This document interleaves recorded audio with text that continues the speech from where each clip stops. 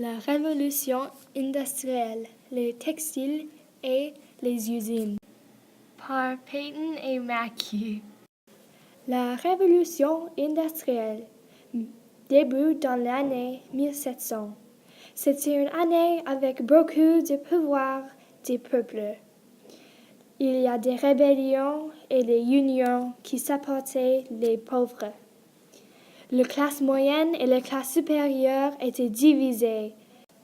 La classe supérieure a le pouvoir avec les usines et la classe moyenne travaille dans les usines. Dans la révolution industrielle, le marché remplaçait les humains et les enfants étaient utilisés pour faire des travaux durs et très dangereux. En premier, le coton était un textile très impopulaire. C'était considéré un textile dégoûtant à toutes les classes.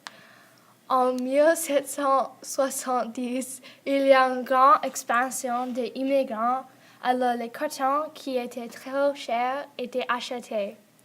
Le prix du coton augmente très rapidement et en 1774, le gouvernement employait une taxe grande pour le coton. Le travail dans les usines de coton et de textiles était dur et chaud. C'était très dangereux à les personnes et les enfants qui travaillaient là. Les enfants étaient utilisés pour aller dans et dessous des machines pour trouver les petites pièces de textile. Beaucoup de personnes développaient des maladies qui tuaient les gens. Comme dans les usines de teinture, il y a des produits chimiques dangereux et dans les usines de coton, les fibres de coton font des maladies dans les poumons. Les maîtres des usines étaient méchants et violents travailleurs. Les travailleurs n'ont pas le droit. Les maîtres font les maisons proches aux usines. Les fumes des usines allaient dans les maisons et font des maladies pour les personnes.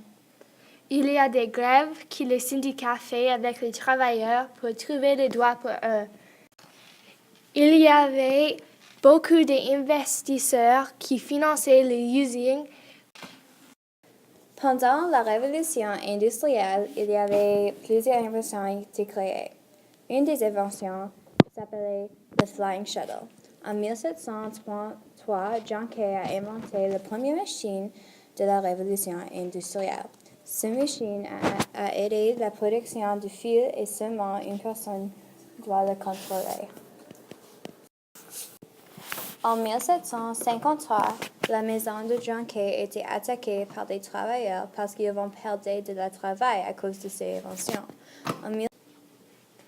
En 1764, James Hargreaves a créé le Spinning Jenny. Le Spinning Jenny était un secret parce que M. Hargreaves était peur qu'il sera attaqué par des travailleurs. En 1768, les inventions de M. Hargreaves étaient cassées par les travailleurs. Il a déménagé à Nottingham. M. Hargreaves a continué à utiliser le Spinning Jenny et commencé une entreprise textile. En 1779, Samuel Crompton a créé le Spinning Mill. M. Crompton a vendu les droits du Spinning Mill à Sir Richard Arkwright parce qu'il n'avait pas d'argent pour le garder.